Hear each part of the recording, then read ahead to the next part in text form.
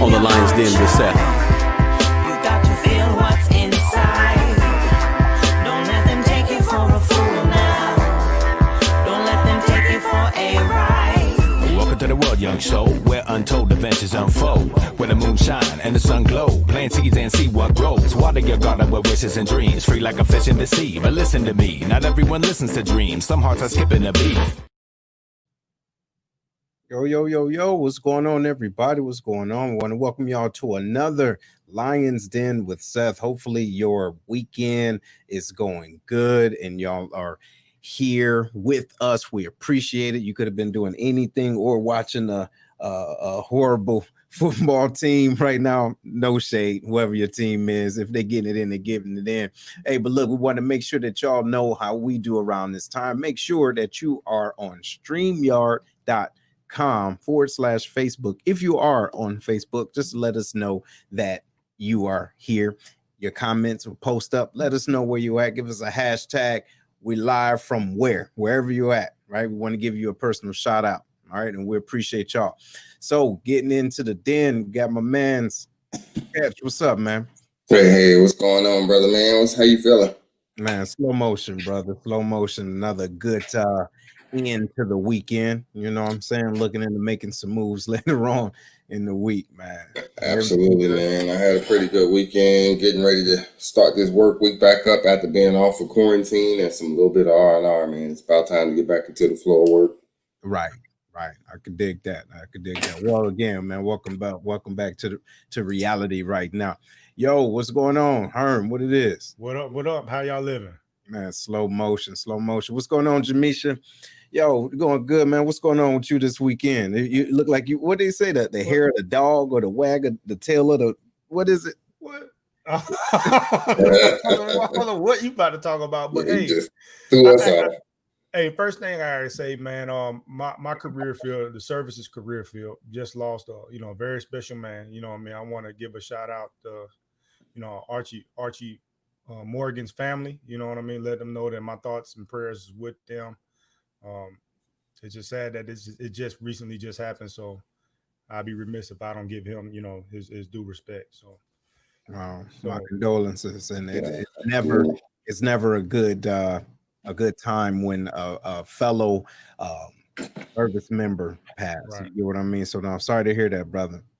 But other than that, man, the weekend was pretty good, man. We had Spence, you know what I'm saying? Big Will come down to Clarksville with his brothers, and they showed out pretty good out here, man. Oh, they got it in? They got it in, man. Had a good time with him. He's on the road now, so he's not going to be with us on us today, but it was good catching up with him and being able to rap with him face to face. Oh, that's dope. That's dope.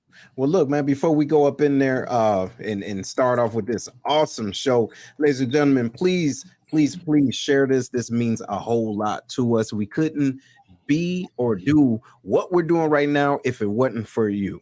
All right. And also, I want to give a special shout out to those of you that have donated to the In Front of the Mic event. And the goal is we want to feed the block. Got some good news for everyone. Boom. Yo. Yeah.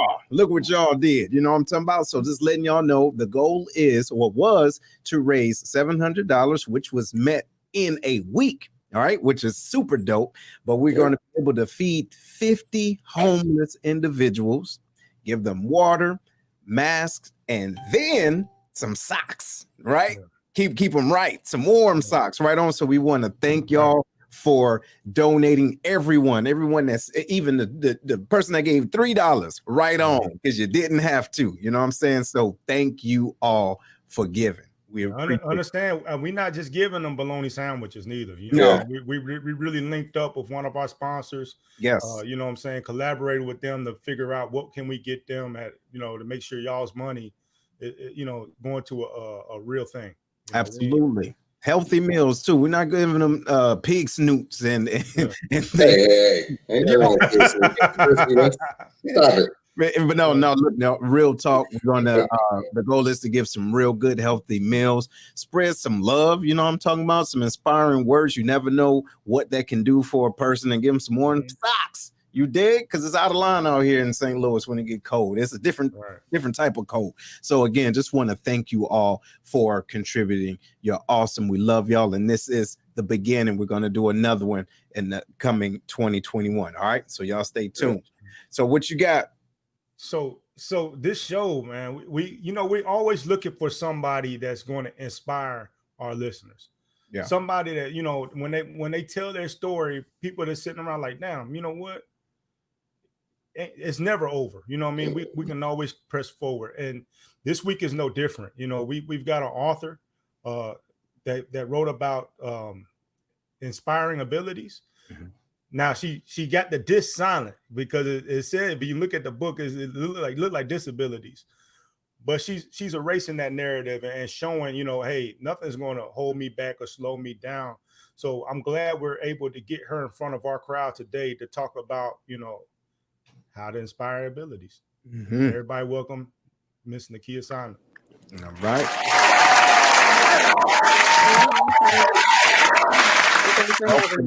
Welcome, ma'am. How you feeling? Welcome to the feeling den. Great. Thank you for having me.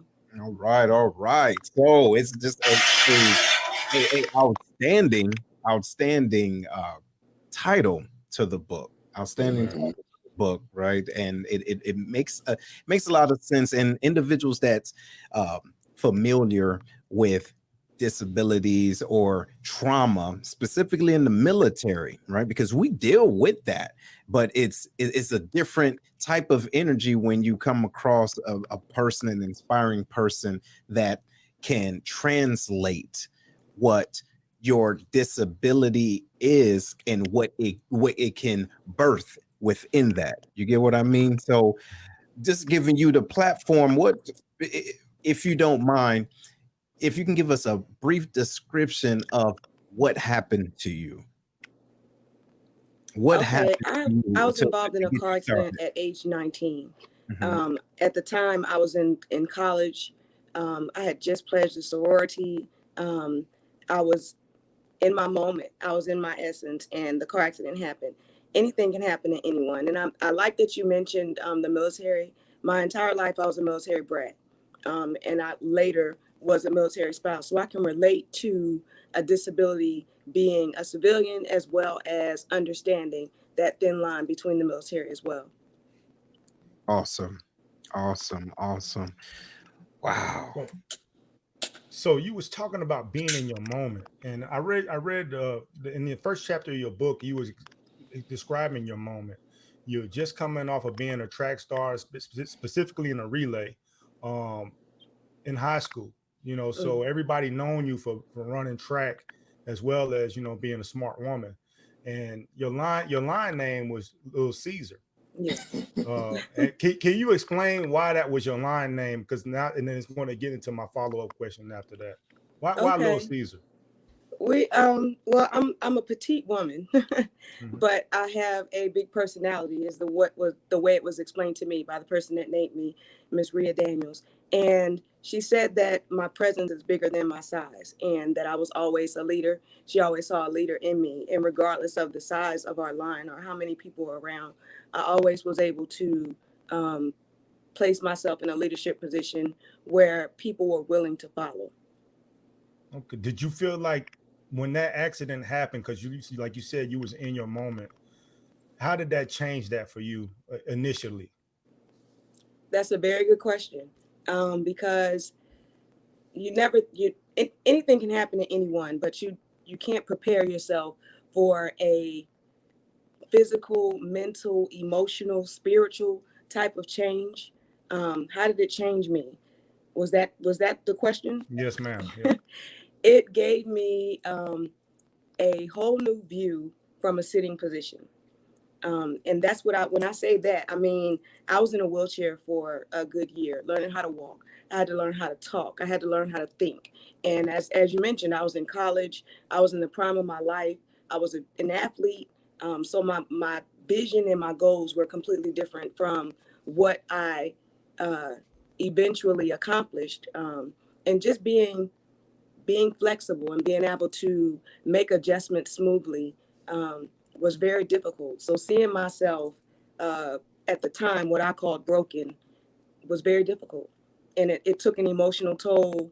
I had trouble physically as well as mentally. I'm a recovering traumatic brain injury unit patient, and I also, like I said, I had to learn how to walk. I had to learn how to talk. I had to learn how to eat, even dress. And so you just can't imagine the different emotions that come along with that. And I feel like my mother being in the military and always instilling in me that you have to suck it up and drive on gave me a different type of tenacity in attacking it. Is that I couldn't just sit and cry about it. I had other things that I had to do. So I had to learn how to, as my mom would call it, adjust smoothly. Okay. So, ma'am, I want to talk about what kept you inspired. What motivated you to get through the traumatic event? You know, as far as the accident happening, realizing where you're at currently, what reality looks like for you. What kept you motivated to kind of push through and not just give up and go off on the deep end, or nothing to that extent? What was your motivation? First and foremost, I had to have a spiritual grounding, Mm-hmm. a strong belief in God and faith. I also have a very strong family support system, as well as friends and family along the way. I didn't do it by myself. It took a lot of prayer. It took a lot of strength that came from not only from within, but from above, from around me. So my motivation wasn't just me. It was other people. I named my mother. I could name other strong Black women that were um, in my success story. I had strong Black men in my success story as well. There were always people that God put in my path to help me through things that I was going through. And I had to learn how to embrace those and recognize those godsends and find a way to keep going. There's no time to sit and cry about it. I cry a lot. I'm not saying that there are no tears, because there are definitely tears here and there, and sometimes more than less. But just finding a way to keep your faith. For me, I pray a lot. I do yoga. I try to just find my way to keep my peace and stay spiritually grounded, which is not always easy.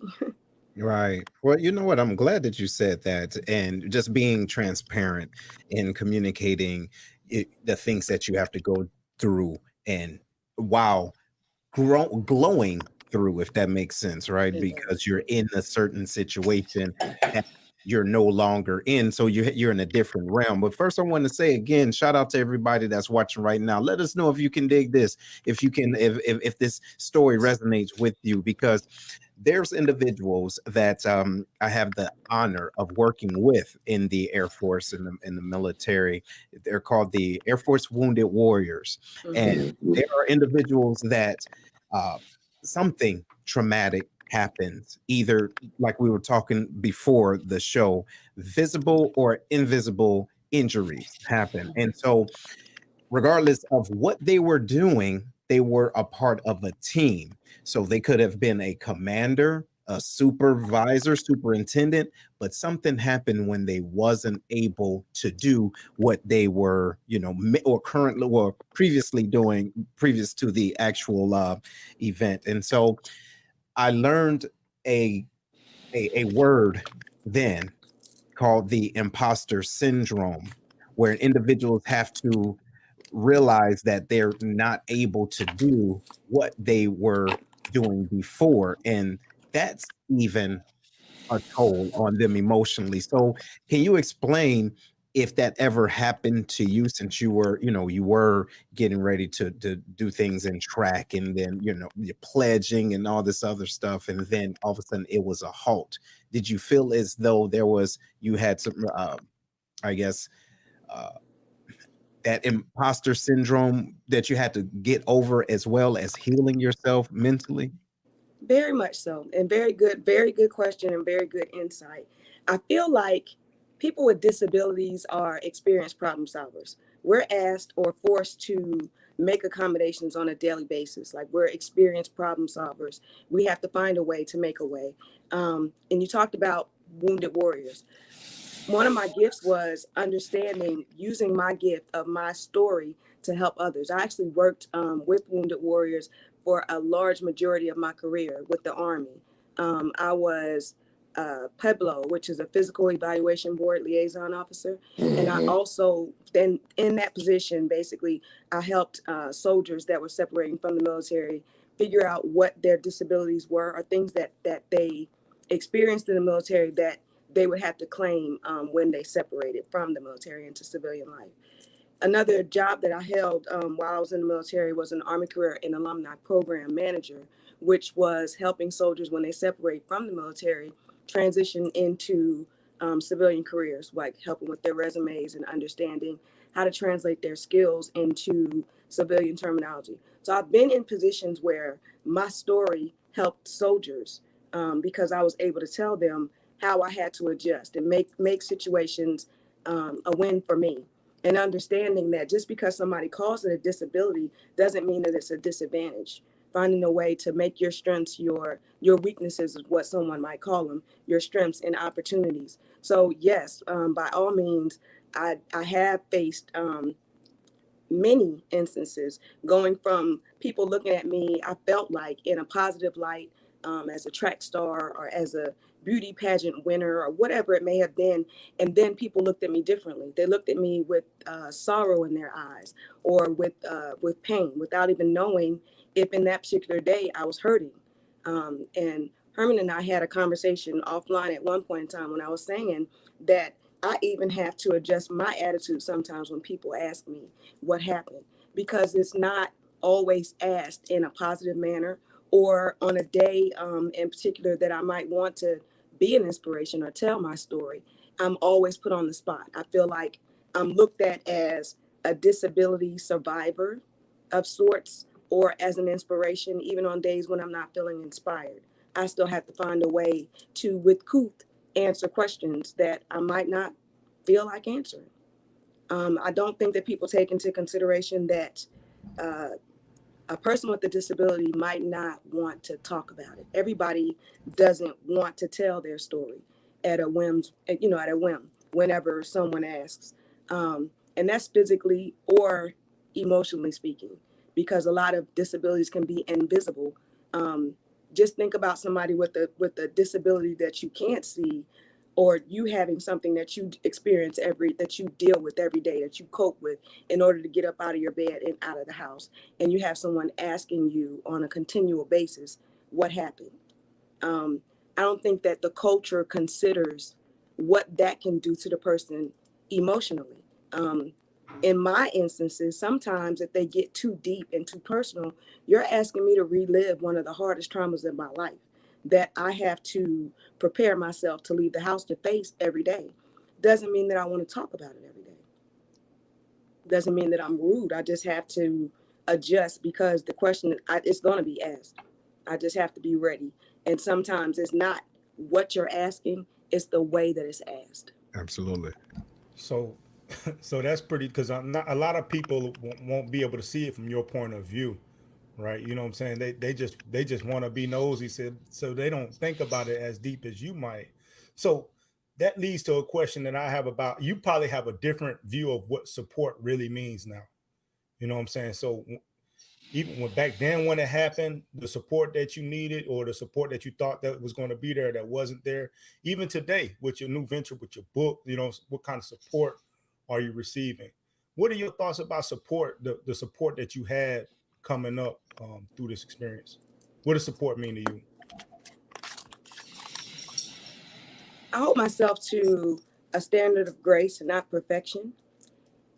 The reason I say that is because there are times that I have needed help and I didn't know how to ask. And support sometimes is just being there, um, maybe opening the door, but not particularly being overbearing. Because I am in it, I like to feel independent. I like to do some things on my own. I just like to know that if I need help, I can ask. Does that make sense? Yeah. I It, feel it like the definitely do. environment that we're placed in isn't designed for our ailments as well, as far as physical disabilities and even mental disabilities. And I just feel like just knowing that I have a support system and someone that I can call, or someone that I can depend on to know that it's okay to not always be okay. Like it took a long time for me to be okay with that because I did a lot of healing behind the scenes. And that's why I go on to now to say that I'm healing out loud, because I'll cry and it doesn't make me feel weak, but it used to. I used to feel like I had to wear an armor and always be ready and on call. But I'm not a soldier. And even if I was, nobody's always okay. Right. That goes right into a question one of our audience members have. Pink. I'm about to bring it up right now. So it There you says, go. yeah, I hope I'm asking this question right. But how long did it take you to bounce back and become inspirational? Do you remember your turning point to say, hey, I got this? I still struggle to this day. I had a very tough week last week.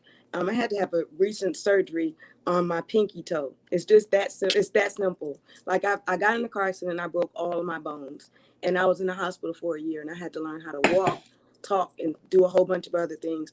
I never felt like an inspiration. I always just felt like I was doing what I was supposed to be doing to keep myself going. It wasn't. I realized along the way that I was a visual testimony for disabilities and disabled people, but I wasn't comfortable talking about it. When I worked for the Pentagon, I went as high as working for one of the top positions in the civilian world.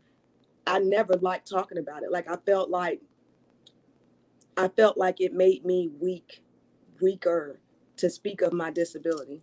So yes, I have a little difficulty answering that question, but being transparent is, to this day, some days I don't feel inspirational. And I just have to, like I said, I do yoga or I pray or I cry.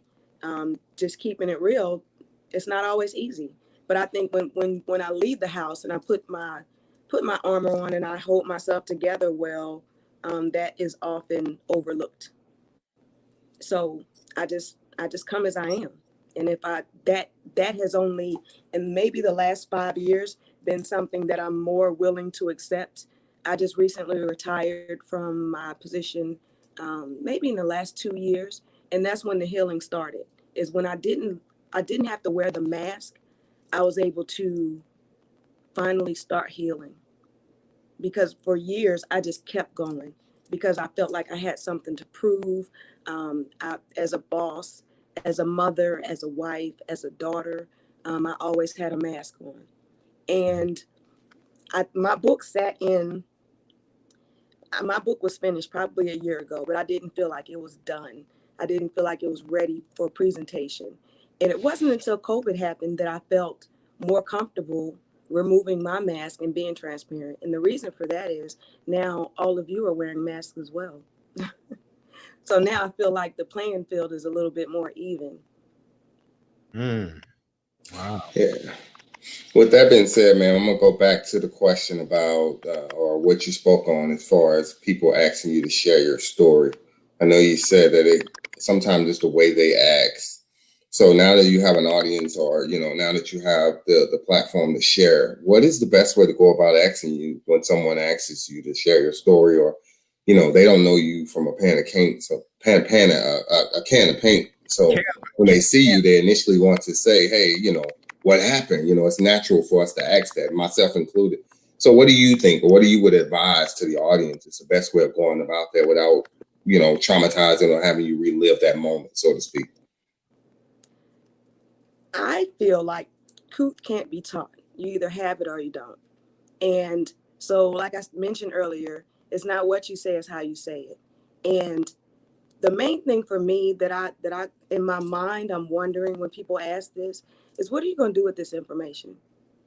Like, tell my story in Walmart grocery store when I'm just trying to go in there and get some milk. For what? For who? And so it just depends. It's always the time, the place. And there's sometimes that there's been times that I felt inspired to tell my complete story to somebody in the parking lot of Walgreens. Like I said, it depends on how somebody approaches you. If I feel like my story is going to help someone accomplish something or overcome something, I feel more inspired to tell it. But just for curious minds that want to know, I don't have anything to prove. And I don't have anything, like, I don't feel like I owe every person an explanation of my story or how I'm feeling that day. So I just, like I said, my mask is off at this point. I just go with the flow and how I'm feeling that day. And I can say in the most respectful, caring tone, I'm sorry, I don't feel like speaking about that today. And then other days you might get my whole story with a couple of tears even, or the fun side of it, like of my survival stories. It just depends. And I feel like people have to be ready to receive when you ask. So you just never know who you're asking, what you're asking them to relive, and what to expect. So just be ready. Okay. All right. Yo, that is great. That sounds very, very good. And you know what I gather from that is that you have to be able and be willing to set those boundaries, because individuals don't know their boundaries unless you sometimes set them for them. You see, so if individuals see you and they just want to know what happened, and if you're not feeling that way, feel like you're not really in a talkative mood, or you may be dealing with something, that's something that you will have to do. You have to set them for yourselves, and everyone else that's out there right now that's listening on the Lions Den, regardless of what you're going through, you are entitled to set your own boundaries. And I heard something today that was so profound. The word no does not require an explanation. You dig it? So if you tell someone, no, I'm straight, that's the end of that. Now, let them deal with it. You feel what I'm saying? So that is some Dave Chappelle level profound speaking you just gave us, man. Oh, so look, hey, since it is, I'm gonna give you two weeks so you can pick it up. All right. But anyway, while you're trying to be stupid, hey, but look, y'all, we're gonna take a little pause for the calls real quick, because we gotta take that time for our sponsors. But if you're loving this, please make sure you share this. This is some real inspiring stuff right now. So y'all stay tuned. Monique Slater is a top negotiating, award-winning real estate agent in San Antonio, Texas. Her focus is on educating and empowering individuals on building generational wealth through home ownership while providing exceptional service with integrity and excellence. Although her heart is for serving first-time home owners and the military community, her clientele ranges from $100,000 to $2.5 million. Monique has developed an awesome team that can get individuals into a home. Mention you heard this ad on the Lions Den with Seth and get a $500 rebate from Monique at closing. After servicing in the Air Force for over 28 years, retired Chief Slater has a massive network, so she can connect you with an awesome agent anywhere in the U.S., and your referral will get a special gift card from Monique. If you're in the San Antonio area or relocating there, give Monique a call first to help you find your dream home. Her number is 210-237-7268.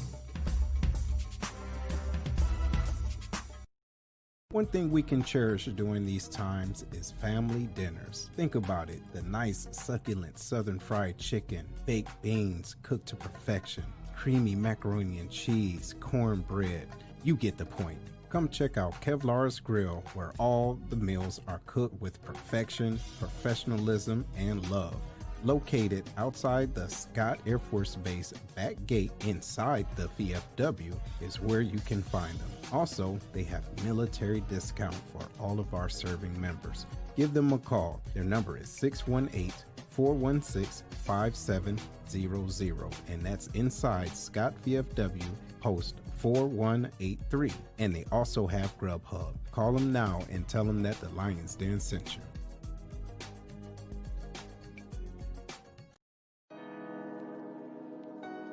Hey, what's going on, everybody? This is Seth with the Lions Den. Are you or someone you know looking for a tool to help them be more accountable? Check out the Black Collar Mindset, the Art of Strategic Thinking. It's a manual to help maneuver through life strategically by holding yourself accountable every step of the way. Go to theblackcollarmindset.com to grab your copy today. Again, the website is theblackcollarmindset.com. Trust me, you won't be disappointed. Let's get it together.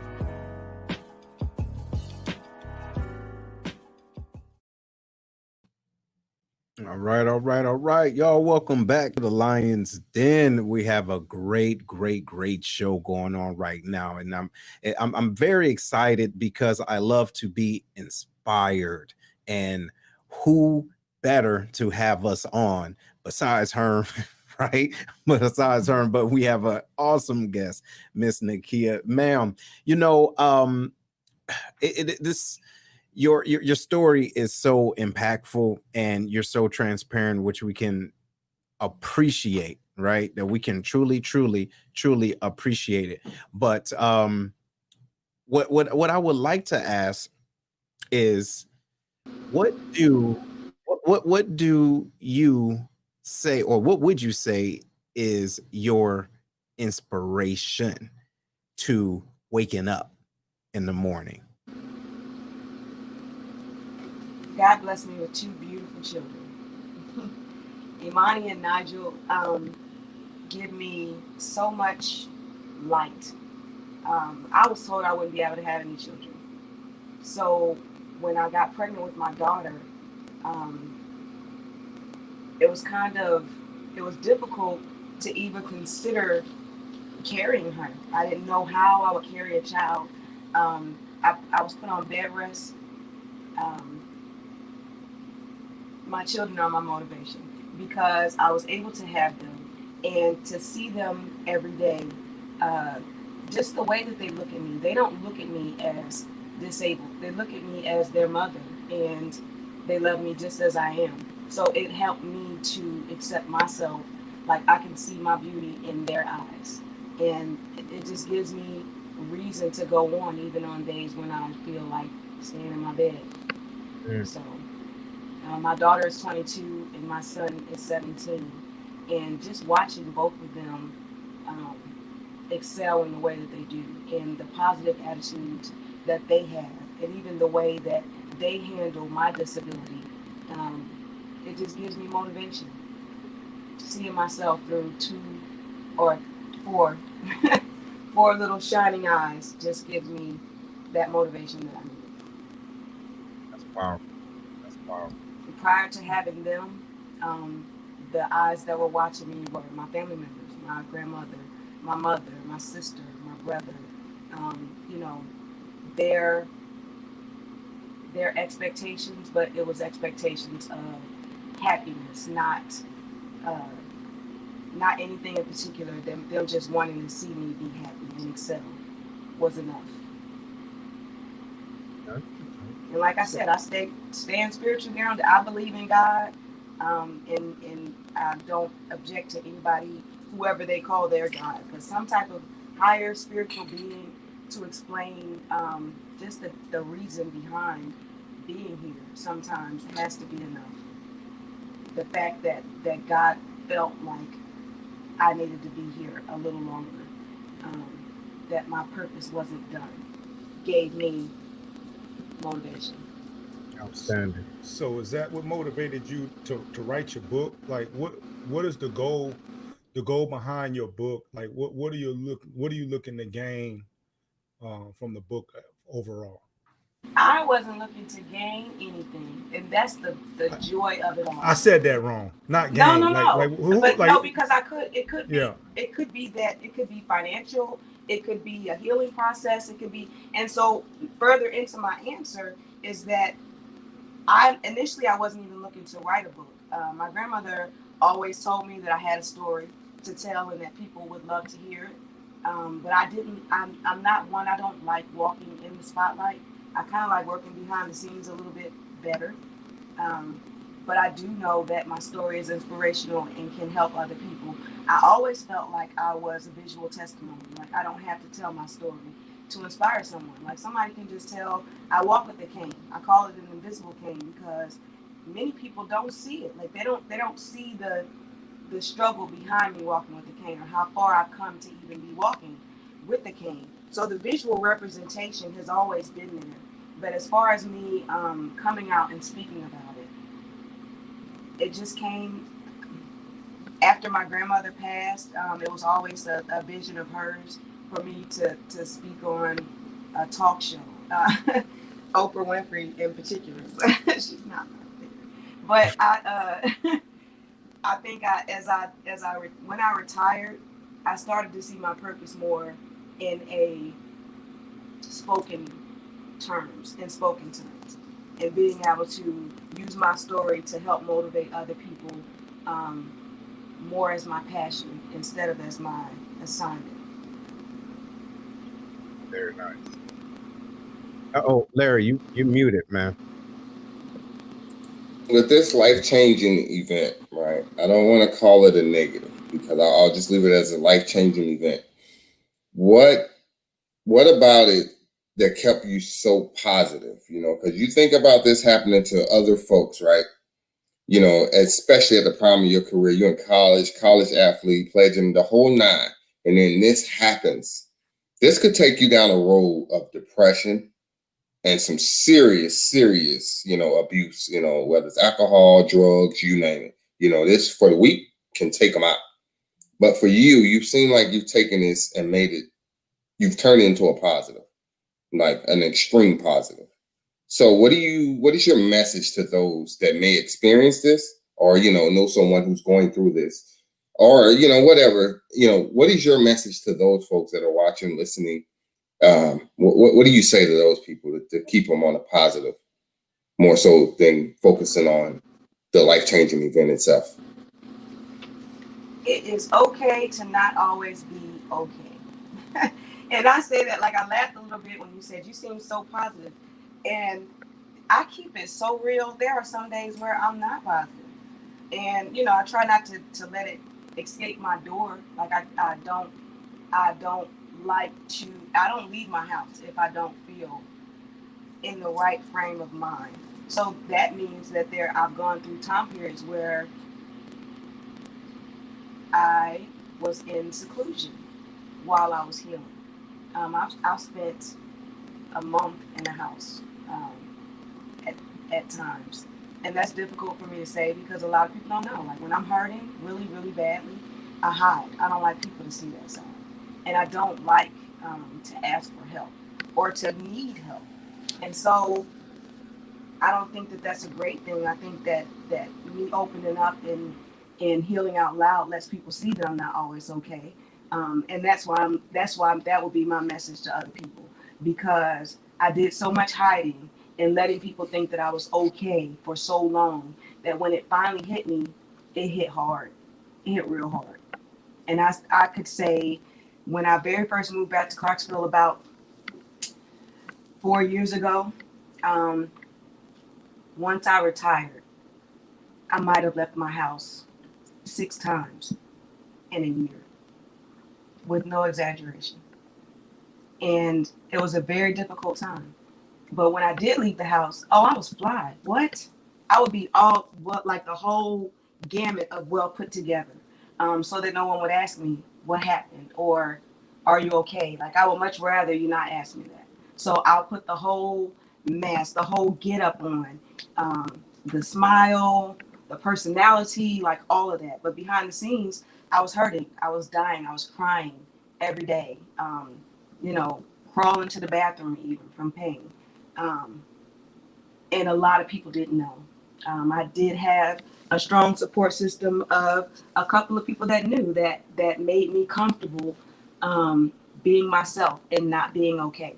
So I think that it's important for people when you're going through something to surround yourself with people that accept you and love you and embrace you even when you're not okay. Okay.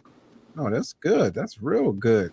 So there's a question that just popped up, and I want to give you an opportunity to answer that. And I would also like you to follow this up with what success looks like to you now, right? Because leading up to your accident, you had dreams and aspirations, right? And I'm sure you still do, right? But of course, when things happen to us, some type of traumatic situation happen, our view of success can at the same time change. So just want to know your thoughts about that. And then you can tie that in with this question here. So what did you learn, right? What did you learn are your abilities? And the reason why I think this is such a powerful question is because I'm sure individuals during this time of COVID and being in isolation, they're forced, if you will, to learn different things, if not things that they like, but more things about themselves. You get what I mean? So, what have you learned are your abilities, and what does success look like now?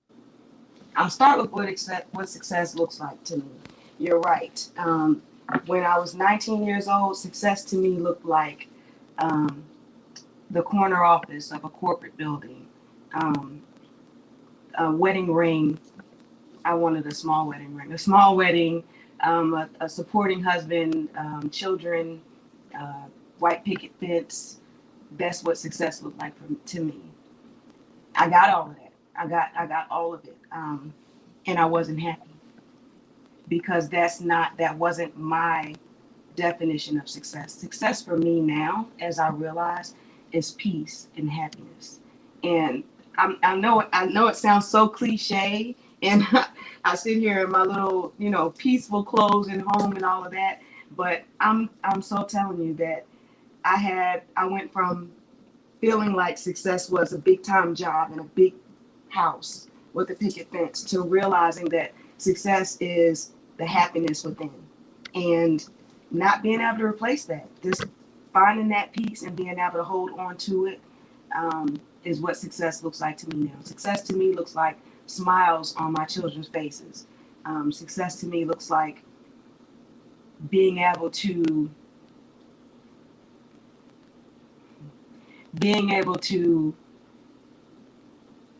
make it happen even when I feel low. So what my abilities are is I'm an inspiration to other people. And although it's a tough road to walk sometimes just me showing up is enough. And I realize that. And even when I don't feel like I can put my 100%, the people that love and appreciate me are going to appreciate me showing up just the way that I am. And that is what success looks like to me. All right. I like that. Yes, that's huge. And I hope this resonates with individuals, because I know that we can get so caught up in society's view of what success is or should be. But when life give you a good old fashioned uppercut, it kind of wake you up and see what's truly important. But no, I appreciate that. Very, very well put. It's the difference in potential and abilities. Mm-hmm. Like, we all have the potential to shine, but what are you really going to do to make yourself happy? What abilities are going to make it all come together and make it make sense and make it a reason for you, not for other people? It's all about the happiness within, because I spent all my life, a lot of my decisions were for other people's happiness, for other people's peace of mind. I found myself making accommodations for other people instead of just asking for what I needed. Can you do me a favor and foot stump that last statement you said about the abilities and potential? Because I don't think individuals really hold on. As a matter of fact, let me make sure the screen is good and the clarity is good, right? Because I don't think individuals understand that those are two different things. You can have every intention in the world, and you got the potential to make some things happen. You see, we all got potential, but it's those abilities. Could you elaborate a little bit more on that? And I get what you heard, but I got to dig in deep with this, if you don't mind. Okay, so I feel like you said, we all have potential. I'll take Kamala Harris as an example. Like, we're using her now as a shining light for a Black woman like me, or young Black girls, to see that you can reach the highest position, the highest goals that you want to reach. You can have potential to do everything, but she had to put in a lot of hard work, and she had a lot of people judging her along the way, even still. So, and you can get to what you feel like is the top of the mountain, and you're still gonna have people looking down on you. So just finding what things just because you're good at something doesn't mean that that's what you're meant to do. So we all have different things that we're good at. Like I can draw really well, but that's not what I'm called to do. I'm called to tell my story to help other people. So like I said, I'm a leader. I spent my career being a leader and helping other people with their careers and helping people reach their goals and set their goals. But you have to make sure that your cup is filled first, because that is going to keep you going, like keep you ready, choosing your battles even. You have to start making sure that you're taking care of yourself and not that you're using your abilities for others always. Sometimes you have to use them for yourself. No, I could piggyback off that potential, right? Because potentially, piggyback. You don't do piggyback. Hold on. Potentially, I could have some abs, right? Hey, potentially you could sing too. That's true. Potentially, I got abs. You know what I'm saying? But the way my eating is set up, I don't have the ability to get them up. You know what I'm saying? Look, the way you're eating is set. Hey, hey, Nikia, I feel you. No, don't kill them on that. How about let's talk to the world, because I want the individuals to know about your potential and where that 4 chairs are. Are you talking about my 4 chairs? Yeah. All right, so my karaoke name is 4 chairs. Tell them why, Big Herm. All right, so everybody's familiar with The Voice, right? And when you first sing in The Voice, the judges and the coaches, they had their back turned to right on. And when that singer starts singing, the chairs turn around for who they want on their team. You ready for me to start singing? Because if I start singing, Seth about to turn around. Oh no! You know what I'm saying? all four judges are turning around for me. You know what I mean? That's why. Wait, are we all gonna turn our chairs around? I want to hear this. Hey, you've heard me sing. No, you haven't. No. I have heard him sing. I don't think the world. I've seen you dance too. You have potential to dance very well. And I was just about to get into that. I'm glad we thinking the same thing, because I'm gonna go back to when I first met you. You know what I'm saying? The place called the V Spot. And I'm not going to, one of the first things I did notice was that you did have a cane, right? But I also noticed that it didn't slow down a damn thing on that dance floor. You know what I'm saying? I love to dance. I'm like, what? Does she have a cane? Is she just a pimp? Like, what's going on? Like, why she got a cane? Because she is moving. And so then I was like, I'm going to go dance with her. And she damn near danced me out the building, man. I couldn't understand what was going on, man. I was like, okay. That's the difference in potential and ability. Like, I don't limit myself. Like, I feel like I'm perfectly imperfect. I just do what I do in my moment, like in my essence. Either you feeling me or you not, but I don't have time to sit and worry about what everybody's thinking. So when I'm dancing, when I'm in my moment, when I'm vibing, I'm not worried about who all's watching. Nikia, everything was on beat to include the cane. I'm trying to keep up. Man, if you don't I'm serious, man. I'm trying to keep up. Like, I cannot do this. You know what I mean? Like, she is killing me out here. Yeah. So I did notice that. And in my mind, when I met you, was never to ask what happened or any of that, because the energy that you had, I was like, man, she is out here to have a good time. Know what I mean? Like, she's out here to have a good time. I'm about to go have a good time with her. And that's what I got. And every time I saw you after that was always the same person. I never saw, so when you say that you're inspiration, that you inspire others, you definitely do. I mean, I seen that firsthand when I'm out and about and I see you out. You always bring a certain spark, always a certain light to any situation that is there. You know what I'm saying? I've always appreciated that about you. I cried behind the scenes. You know how they say Chris Brown says they're gonna cry in the car. I cry in the car. Once I get out, then I'm just gonna do me. So but I think the biggest part of my story is that the transparency of it all is that it's okay to not be okay. Like, I'm not always on, but you won't see me. I'm not gonna be out. Like, I don't come out to cry. So if I happen to cry when I'm out, I'll let the tears flow, but I don't come out to I don't wear my feelings on my face. I Yeah. keep them in my heart. And I heard that from my 86-year-old neighbor. I helped take care of my neighbor next door. And she told me that one day, and it just resonated with me. Like, we have so much going on. Don't always wear it on your face. There's some things that you're allowed to just keep in your heart and heal on your own, and still just live in the moment. Stop holding on to all that baggage. Let it go. And it's heavy. It's heavy, man. Heavy. So Delta's, I'm a member of Delta Sigma Theta Sorority Incorporated. Ooh, to my sorors out there. But one of our sayings is to let it roll off your back like a duck. And I used to be so good at that. Like, I let so much stuff go for so long until one point in time I realized that it wasn't rolling off my back. It was stopping, like right at the tip of my back, the lower back. And I was like, wait a minute, this stuff isn't rolling off my back anymore. Now what? I got to deal with it. So I started dealing with it.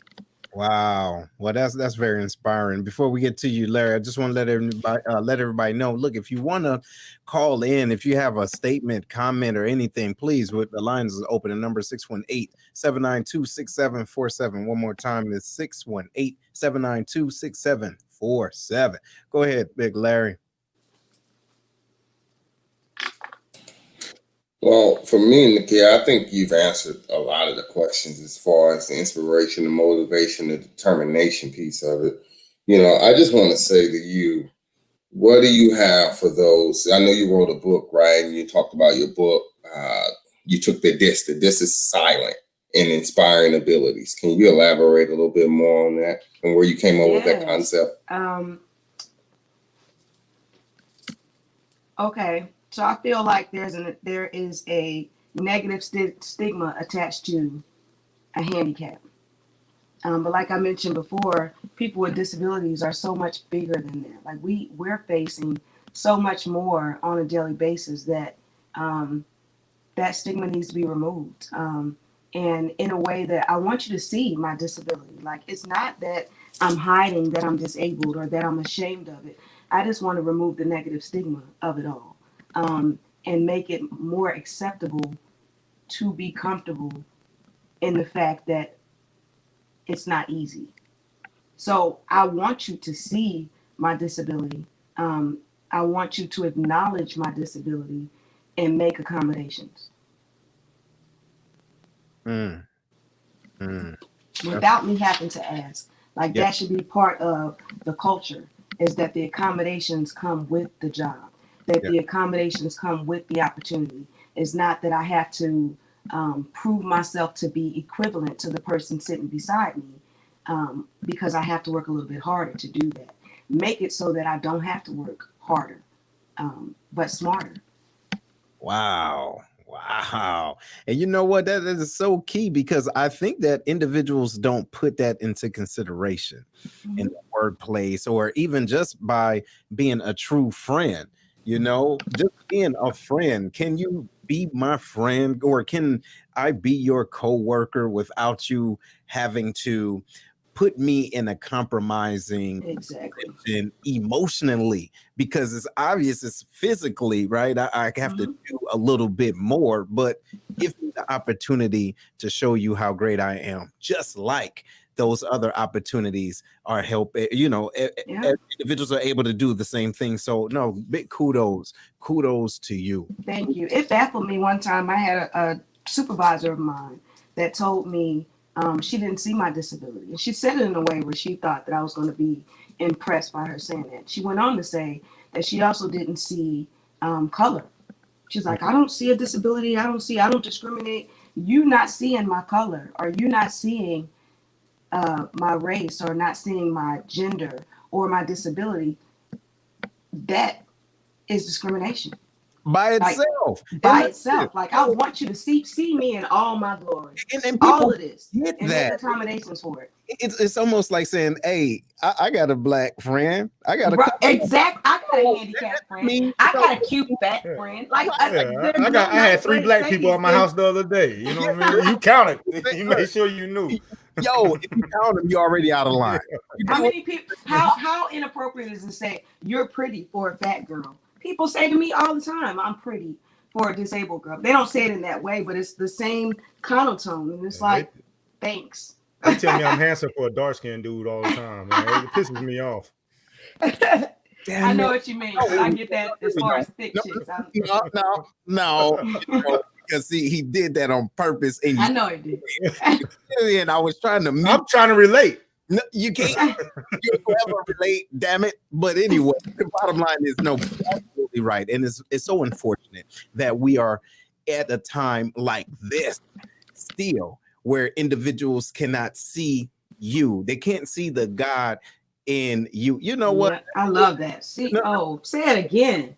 I like how you said that. Check it out. I know it's Sunday and I ain't a church goer like that, but it's something that we can all resonate with if you do understand that there's a higher power. So if you understand the God in you, it would not be hard. It should not be hard for you to see God in individuals. Now, whatever life has given them or did not give them has nothing to do with the love that you can show them, regardless of the situation. Now, if you're in a position and you are a business owner or you're a supervisor or whatever the case it is, how would the God in you connect with the God in them? You have to enable that. That's the bottom line. And listen, I'm not on nobody's pulpit. In my mind, it's common sense, right on. But if you don't watch this, if you can't see the God in you, you won't be able to see the God in other people. Yeah, you're saying it. And it's just like adjusting your crown. That's like, what it is. And adjust your crown and adjust your king or your queen's crown as well. Like, right. Like it's enough room for all of us to shine. So always pull it together. Always. Hey, but Big Herm, what you got, man, for your final word? Hey, so for my final word, first, I want to thank you for coming on. You know, thank you for inviting me. We was working on this for a little bit, and again, for our listeners, you know, we're always going to try to put in front of you somebody that's meant to inspire or lay value to you. And I think, you know what I'm saying, I know Miss Nikia Simon hit that mark right on the head. You know, continue to do you, you know what I mean? Like when you're out and about, like, again, I said before, you are an inspiration, you know, and I respect that about you. I always have, you know, since I've known you. I know when I see you that, you know, my night just got a little bit better. So I appreciate thank you. When you get some time, you know, there's some questions that we didn't get to in the comments. Please go back, do it and answer those. I think there was a really good question by Shanice or Dion. I don't know which one wrote it, but she asked a pretty good question there for you. So, but again, appreciate you coming on. You know what, bro? Look, go ahead and ask that question because okay. I want to give her time. All right. So she wanted to know. She wanted you to share how people assume that because you're disabled physically, they tend to think you are special or not all there, speaking or treating you as if you're not normal. How do you handle that? I think she was just asking that as making a statement. I think that's what she was doing. Mm-hmm. But yeah, I mean, like, do you have experiences of people like trying to talk slow to you or something like that? And how do you handle that type of stuff? I adjust my crown. Really, I don't stoop to the level of the way that somebody else sees me. That's so, and I address it as I see fit. When certain circumstances come up, like I said, I'm not always a positive shining light. Sometimes you can get the heat. It just depends on how you come at me, you know. Yeah. So I try to stay positive and I try to shine my light. But you know, in all situations, you just have to go with the flow. Like I said, be prepared for what you receive when you ask. Just know what you're asking for. Yo, that's dope. Well, listen, look, before we wrap it on up, and again, I do want to thank you for being on. This has been outstanding. Thank you. Now, where can individuals find your book? We want to give your book a shout out. Where can they find it? The name of the book is Inspiring Abilities. To give a little bit more insight, I have a picture of the book back here. It's a narrative of survival, strength, and resilience. And that's what the book looks like. It's on Amazon. Or you can hit me on my DMs. My name is Nikia, spelled Nikia, Simon, Simon. And if you would like a signed copy of my book, send me a DM and I'll sign the copy and mail it to you personally. Okay. All right, ladies and gentlemen, y'all heard it. Thank you, ma'am. Thanks for having me. Yes. And ladies and gentlemen, if this was inspiration to you or possibly others, please make sure you share, give those likes and all of that, right? Because she has a story and she's not afraid to talk about it. And that is key because you never know who you can help and who's actually going through it right now. These are some dark times, ladies and gentlemen. Yes. And so with everything that's going on with the pandemic, it's people that's dealing with something right now and they are secluded by happenstance of this pandemic and they can use this. Okay, so I encourage you, go out, support her, and while doing that, support the Lions Den right on, and we will make sure we keep y'all in tune. So later, see you next week. Thank you.